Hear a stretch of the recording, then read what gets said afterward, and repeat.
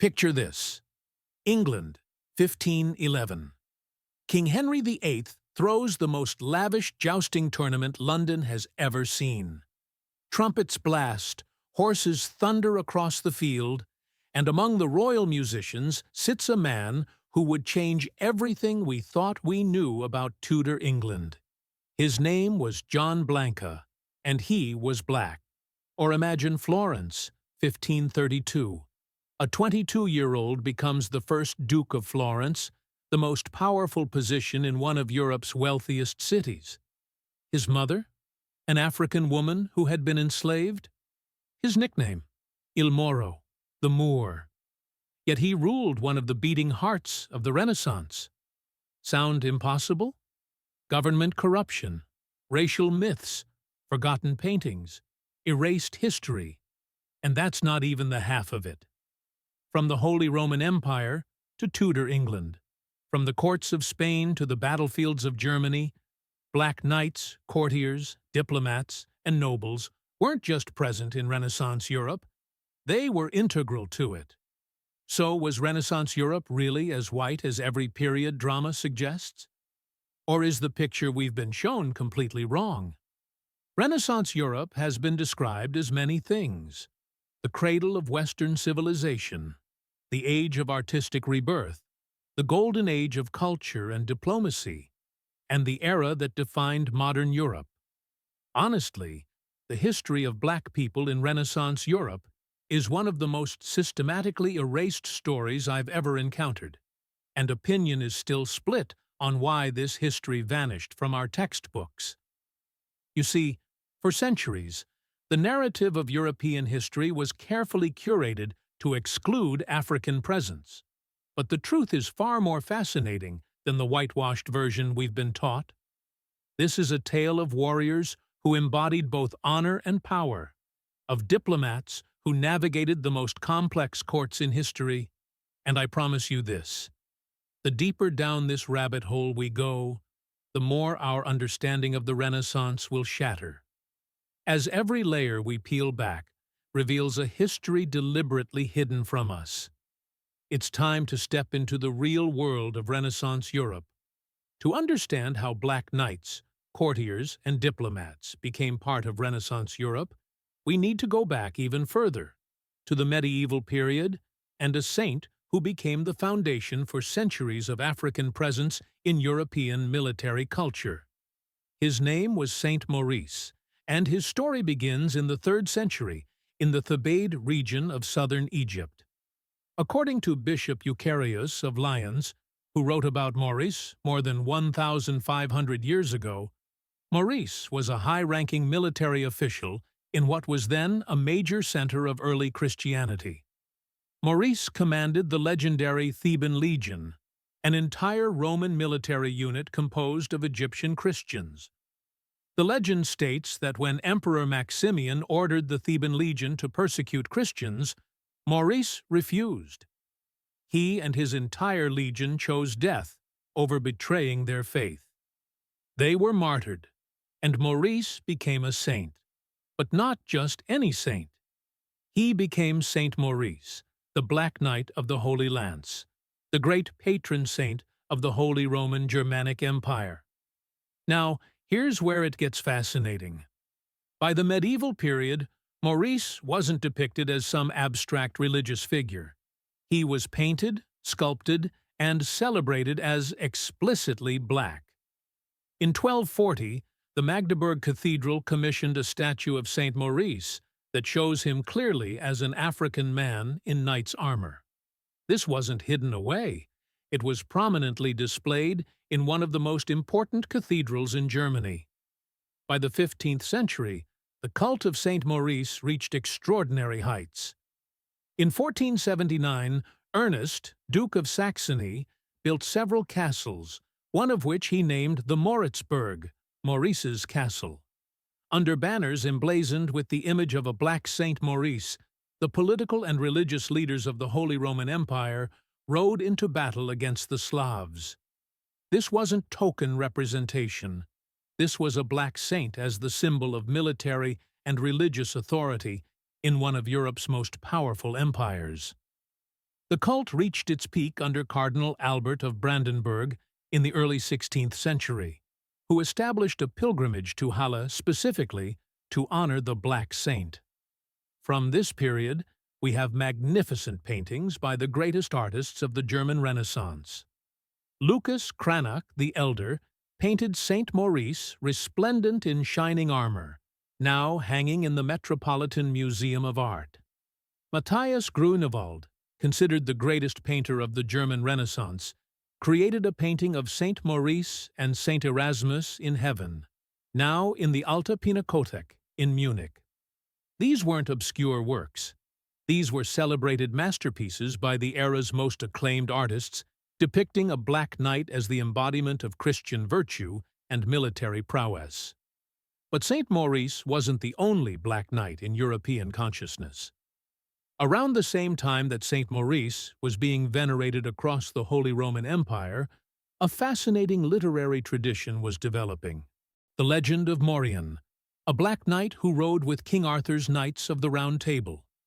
Morian is a metrical romance, a medieval Dutch text that was later translated into English prose, and the description of Morian leaves absolutely no room for interpretation. According to the text, "He was all black, even as I tell ye. His head, his body, and his hands were all black, saving only his teeth. His shield and his armor were even those of a Moor, and black as a raven." The story continues. He was black as pitch. That was the fashion of his land. Moors are black as burnt brands. But in all that men would praise in a knight, was he fair after his kind. Though he were black, what was he the worse? And again, his teeth were white as chalk, otherwise was he altogether black. Morian wasn't a villain or a curiosity. He was a hero. The story describes him challenging Sir Lancelot in combat, earning his respect, and being described as having Black Knight's speech that made Sir Gawain smile. Morian was portrayed as noble, eloquent, and skilled in combat, all the qualities expected of an Arthurian knight. Few documents portray the ethnicity of black people in medieval and Renaissance Europe with more clarity and respect than Morian. This wasn't a culture that saw black knights as impossible. It was a culture that celebrated them in its most popular legends. But these weren't just stories. Real black knights existed in Renaissance Europe, and one of them would become a duke. Born in Florence in 1510, Alessandro de Medici's story reads like something out of a political thriller, except it's completely real. Alessandro's mother was Simonetta da Collavecchio, documented in historical sources as a woman of African heritage who had been freed from enslavement and worked as a servant in the Medici household. His father's identity remains debated. Officially, he was said to be Lorenzo di Piero de' Medici, but many historians believe he was actually Giulio de' Medici, who would later become Pope Clement VII. Think about that for a moment. Potentially the illegitimate son of a future pope and an African woman, born into one of the most powerful banking families in Europe during a period we're told was impossibly racist. And yet, Alessandro's race wasn't the primary factor that shaped his life. His illegitimacy was. At the time, 16th century Italy cared more about your social class and legitimacy than your skin color. As historian John K. Brackett has noted, Alessandro's blackness had relatively little impact on his political career. When he was eventually assassinated in 1537, it wasn't primarily racially motivated. It was political rivalry and vendetta that killed him, not racism. But let's back up. How did Alessandro become the first Duke of Florence? Under the guidance of Pope Leo X, himself a Medici, Alessandro received his education in Rome alongside his half-sister Catherine de' Medici, who would later become Queen of France.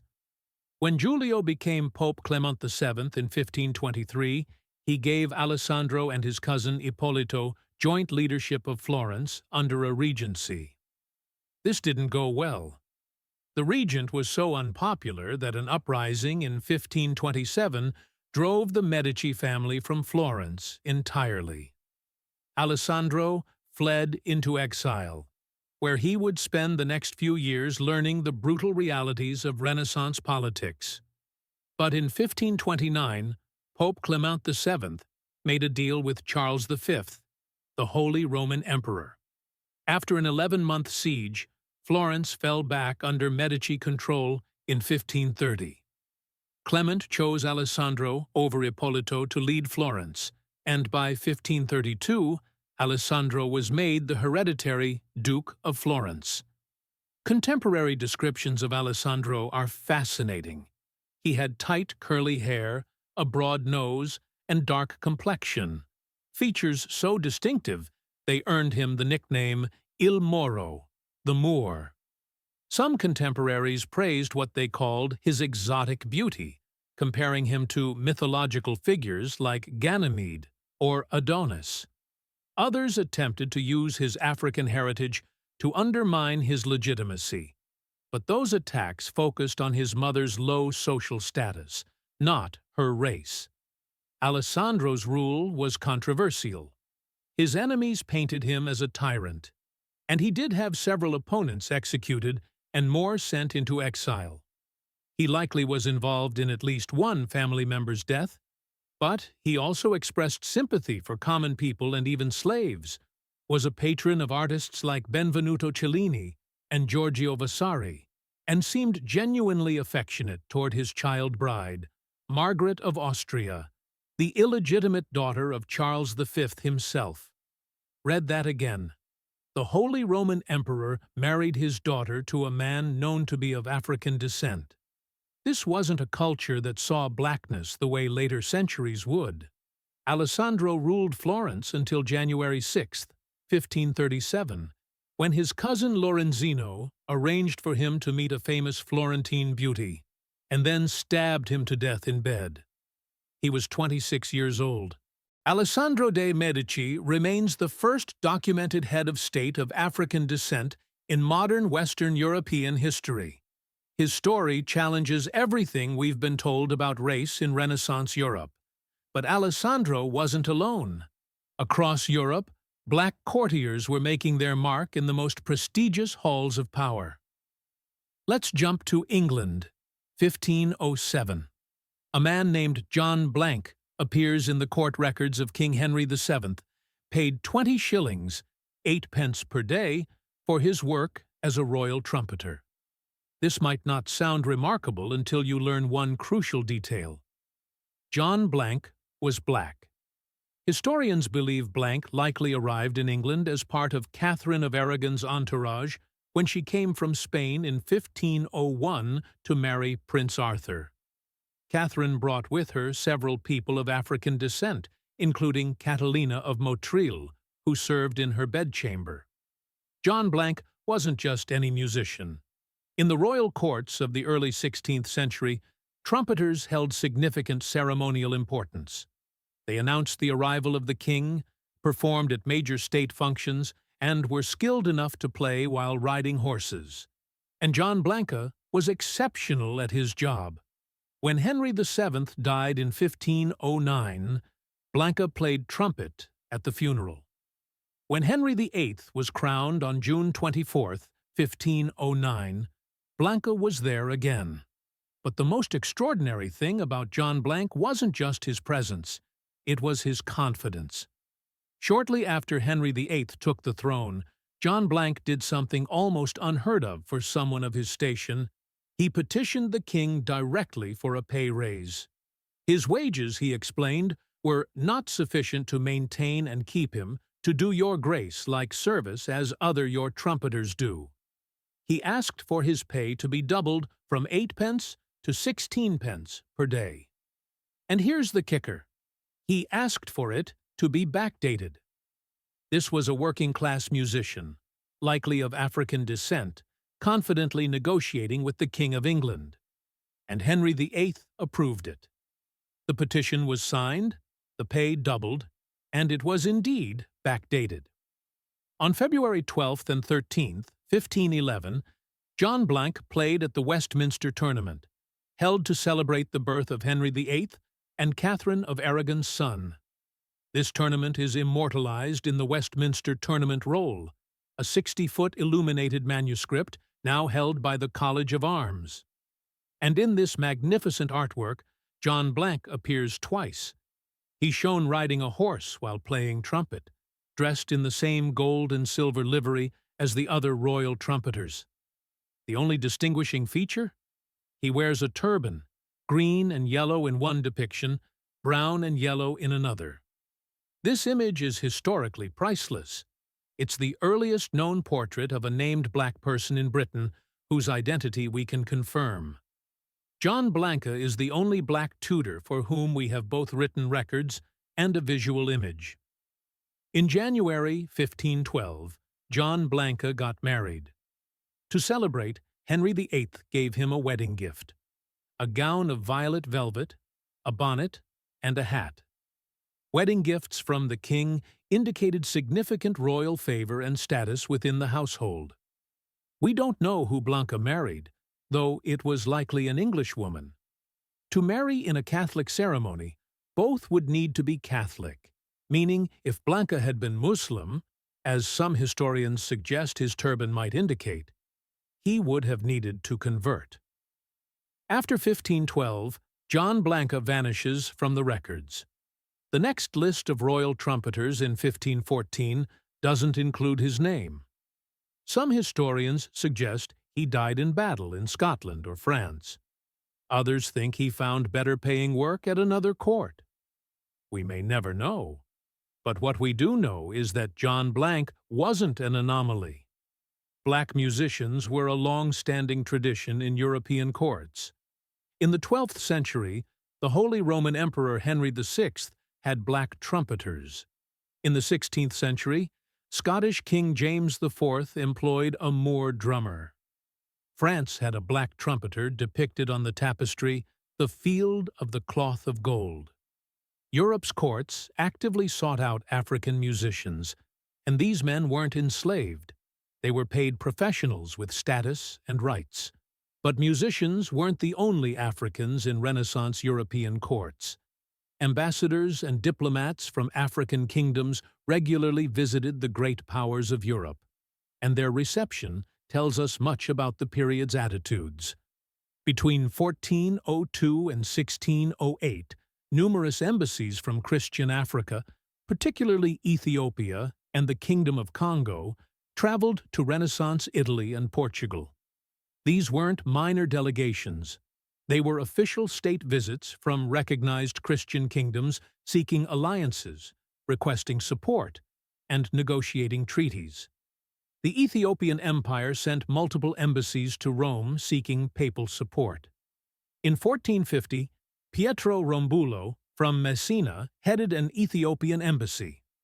In 1481, the Emperor of Ethiopia's chaplain, Antonio, headed an embassy to Pope Sixtus IV.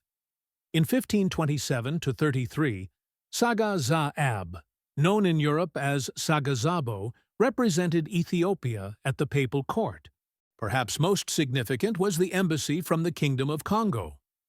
In 1604, a man named Nevunda arrived in Rome as ambassador from the Congo to Pope Paul V.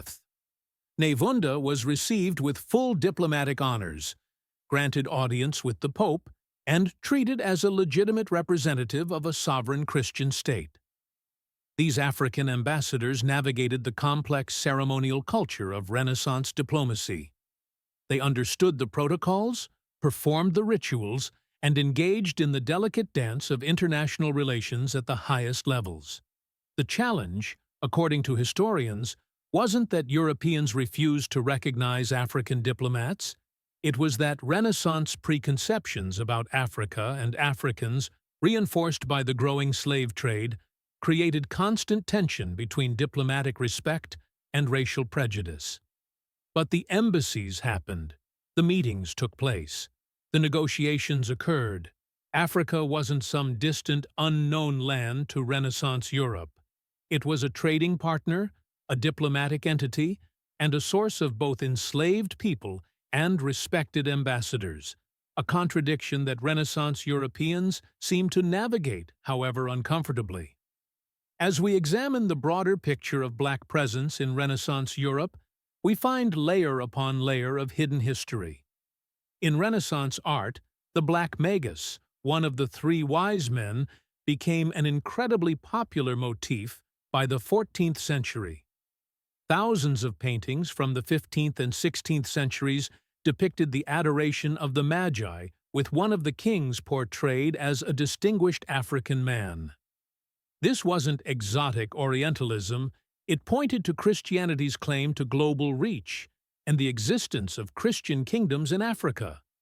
In Lisbon, a 16th-century painting shows the Fountain of El Rey with a thriving Black African population going about daily business. In the bottom right corner is an Afro-Portuguese knight on horseback, wearing the herald of the Order of Santiago. Knights, in Portugal. African heritage, part of military orders. Documents from the Cambini Bank in Florence, operating between 1420 and 1482, show that Black African slaves had been shipped between Lisbon and Florence since 1461. But alongside the enslaved population were free Black people, artisans, musicians, servants, and yes, even nobles like Alessandro de Medici's daughter Giulia. Giulia de Medici, Alessandro's illegitimate daughter, was mixed race like her father. After Alessandro's assassination and her own mother, Bia's death from fever, Giulia was integrated into courtly life, given education and a dowry worth approximately $9 million in today's money. Neither her illegitimacy nor her African heritage prevented her from being treated as a Medici. The evidence is everywhere once you start looking. Archaeological sites across Europe have uncovered armor dyed in deep shades, black and deep blue. Medieval paintings show Black figures not as servants or exotic curiosities, but as huntsmen, courtiers, and participants in everyday life. By the 16th century, cities like Venice were genuinely multicultural. International trade made them magnets for people from across the known world. Black people worked in Europe's medical facilities, kitchens, gardens, and stables. They were generals, knights, saints, cardinals, nobility, mercenaries, musicians, and yes, also enslaved people and servants. So why don't we know this history? The answer is complex and disturbing. As European colonial powers expanded their reach, and the transatlantic slave trade grew into an industrial-scale horror, a new ideology emerged: scientific racism. By the 19th and early 20th centuries, the modern concept of race, as we understand it today, had crystallized. This ideology needed justification. How do you morally justify enslaving millions of people? You convince yourself they're inferior. You erase their history of nobility, achievement, and civilization. You paint them as perpetually subjugated. And so, systematically, the African presence in European history was removed. Paintings of Black nobles were painted over. Historical records were ignored or reinterpreted. Stories of Black knights became about Black armor or Black banners. Alessandro de Medici's race was downplayed or denied. Saint Maurice was depicted as white in later centuries. When 20th-century historians looked at Alessandro de Medici through the lens of scientific racism, they judged his rule harshly, attributing failures to his race rather than the complex political situation he inherited. It wasn't until recent decades that historians like Miranda Kaufman, John K. Brackett, Kate Lowe, and Olivette Autel began systematically recovering this erased history. The evidence was always there, in documents, in paintings, in sculptures, but the interpretive framework had changed. The modern one-drop rule, which categorizes anyone with African ancestry as Black, didn't exist in Renaissance Europe. The word mulatto existed, but it meant bastard or mixed, referring more to illegitimacy than race. A person like Alessandro could be called the Moor and still marry an emperor's daughter. Renaissance Europe wasn't a post-racial utopia. Don't misunderstand. Slavery existed. Prejudice existed. But the racial categories that would later define the modern world hadn't yet solidified. Class mattered more than color. Legitimacy mattered more than ethnicity. Skill and connection mattered more than skin tone. So what does this all mean? The history of black knights, courtiers, and diplomats in Renaissance Europe fundamentally challenges the narrative we've inherited.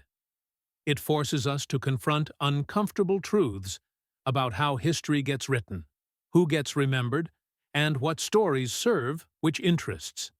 It means that when we watch a period drama set in Renaissance Europe and see an all-white cast, we're not watching history. We're watching a fantasy created by centuries of systematic erasure. It means that the African diaspora's connection to European history runs far deeper than slavery and colonialism.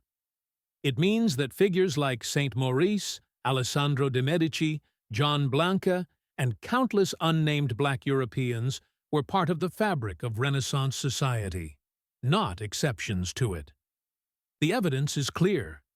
John Blanke successfully negotiated with a king. Alessandro de Medici ruled Florence.